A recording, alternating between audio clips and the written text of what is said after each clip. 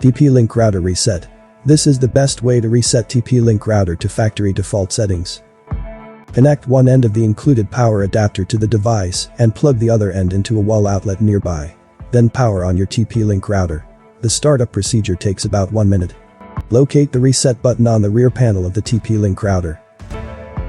Press and hold the reset button more than 10 seconds until the system LED becomes quick flash from slow flash. Then release the button and wait for the TP-Link router to reboot to its factory default settings. When the TP-Link router LED light stop flashing, reset process is completed and you can configure all TP-Link router settings from the beginning. Click the end screen to configure your TP-Link router. If you found this video helpful, please like this video and subscribe to my YouTube channel.